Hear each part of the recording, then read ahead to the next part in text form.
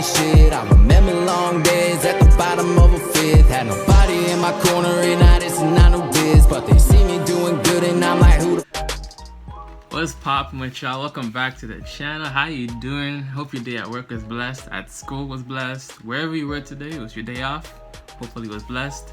But now it is time to brighten up your day with some laughter. You know what I'm saying? My goal on this channel is to make sure that you're smiling, that you're entertained, but also that you're learning something along the way. You know what I'm saying? So we got Bert Kreischer, Bert the Machine Kreischer in the cut today. See, the sun is just hitting. I live in Canada, so whenever the sun comes out, I just don't know how to act. No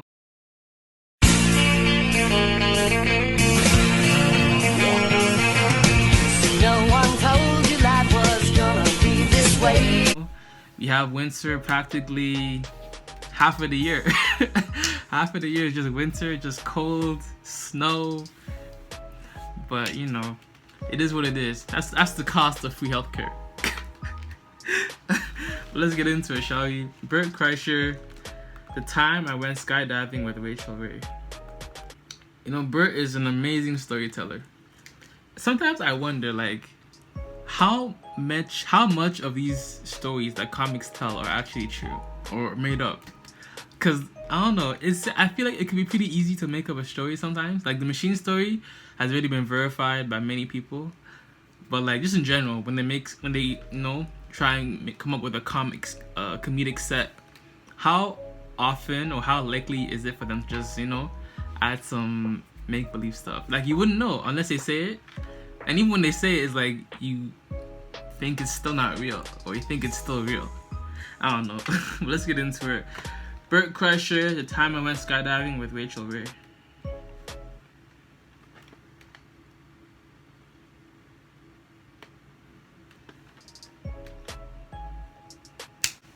A plane with Rachel Ray? Is she here? Rachel Ray is a fucking gangster. Legit she comes in, I do her show, she comes backstage at 8 in the morning. She's got a pint of Guinness, a bowl of chili with a fried egg on top. Oh. She comes back, she goes, I know you're a comic. I thought a beer might loosen you up before the show. I don't know if you like a chili with an egg. I'm like, As she hands it to me, she goes, what's one thing you'd never do on your show, Bert the Conqueror? I have a show, Bert the Conqueror, where I do extreme activities. She goes, thank you. Yeah, thank you.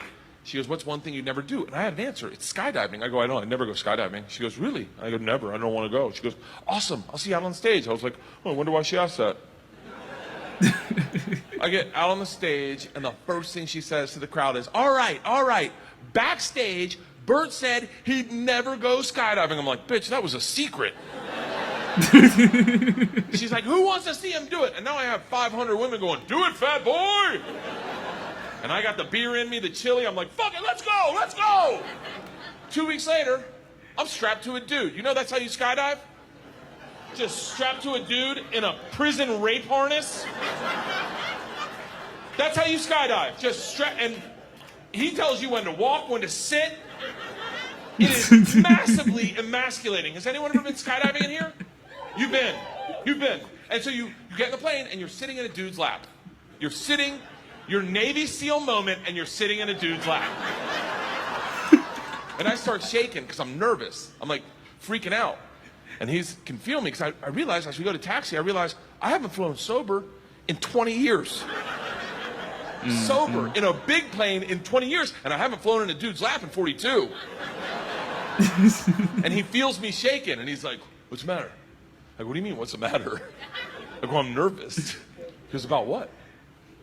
What do you mean about what? He goes, what are you nervous? What are you afraid of? I go, I don't know. You'll get hard. You'll get hard, that'll trigger me. I'll get hard. We'll both get hard, then we'll jump out of the plane. Our chute won't open, and that's how two backpackers will find us. You fucking me into the earth. You fucking me into the planet. That'll be the how I go. This guy craved dick so bad. He had a man harness him up and fuck him out of his shoes until his head exploded in the woods. I go, I'm nervous our chute won't open. He goes, you couldn't kill us if you tried. I'm like, I'm a smart guy. I can fucking figure it out. I lean over to Rachel and I grab her leg, just grab her leg and I start squeezing. She goes, what's the matter? I go, I don't want to do this. She goes, I think you're doing it. She's like, you're in the front of the tube of toothpaste. Everyone's out behind. You're going. You're definitely going. I go, no, I don't want to. And she goes, look, and now the engines kick in and she starts yelling at me. She goes, look, you'll be fine. Whatever you do not watch me go out the door. You will freak the fuck out. I'm like, who taught you how to talk someone off a ledge? We get up to our cruising altitude. Her and her dude get up perfectly, like Danny and Sandy, just wop bam boom, wop bam boom. She posts up at the door, looks me in the eyes, does her read, one take to camera. I'm Rachel Ray, I'm at 30,000 feet with Bert Kreischer, we're about to jump from an airplane. Who's ready? Yellow or whatever. And then fucking, let's go. And then looks at me and goes, Bert. I'm like, yeah. She goes, don't watch this. And they get sucked out of the fucking plane. And I have panic shoot out of my asshole. I grab onto the cameraman who's not wearing a parachute. There's an open door at 13,000 feet, and as soon as I touch him, he just starts kicking me. Get off me, asshole! Sound guy posts up in the corner with the boom like a gladiator. Get him down! Get him down! My guy just takes over and baby Bjorns me. Here we go. Takes me to the corner, and I lock in. I go, I'm having second thoughts. He's like, we're going in 3. I'm like, I'm not hard yet. We're going in 2. And I was like, you go by yourself. I'll meet you down there. And then he says, oh, my God, what's wrong with your straps? I'm like, what? And we go screaming to the earth at 100 miles an hour. This guy's in my ear like, do you want to catch up with Rachel? I'm like, fuck her. She's dead to me.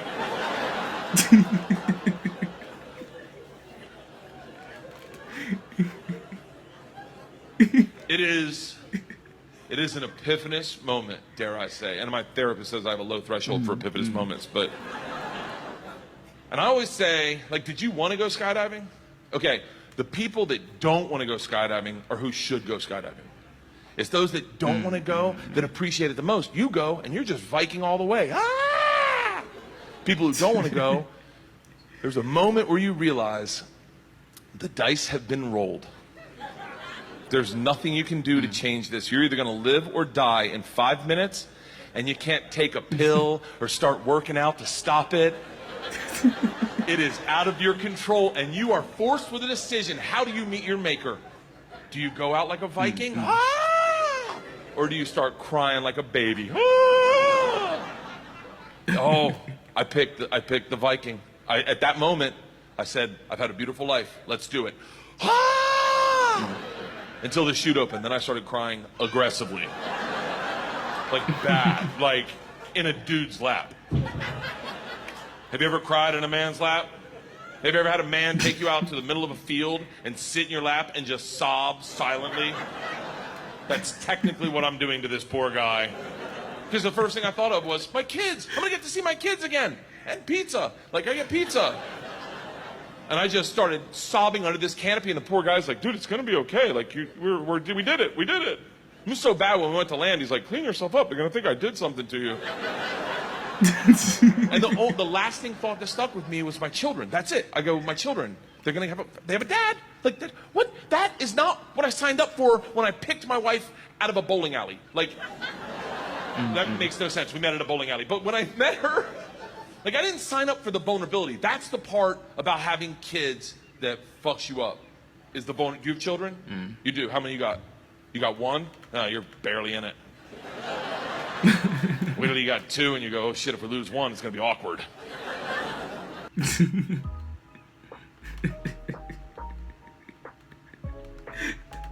This man is an A1 storyteller. No cap, bro. Skydiving. Which one's worse? Let me ask you: skydiving or bungee jumping? Let me know in the poll up here. Oh no, bro. Skydiving, bungee jumping. There's so many, like, I don't know. I feel like a lot of black people, anyways, we're not very adventurous like that. Most of the time, not all, but most of the time, when I see people doing a lot of these dangerous activities, it's people of the Caucasian descent. I just said. There's no room for him to even walk, but he's still there. He's chilling. Like, look, literally, like it's nothing. Like, I'm really convinced this guy thinks life's a joke. Look, like, no matter how close that jump is, I would never risk that in my life. Look at him, just rolling around. He's literally just toying with the universe. Sliding into the DMs like...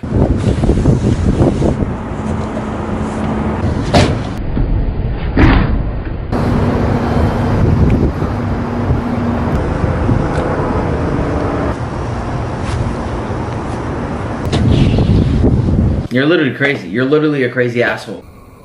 Okay, I just say it.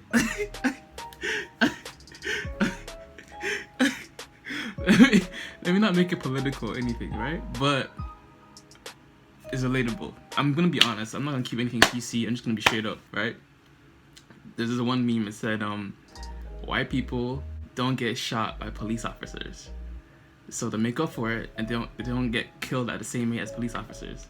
So to make up for it, they try all these dangerous activities and sporting events to try and catch up with black people who get shot at. I don't know, that's some dark humor, but it's funny. That's some dark humor, but it's funny. Okay.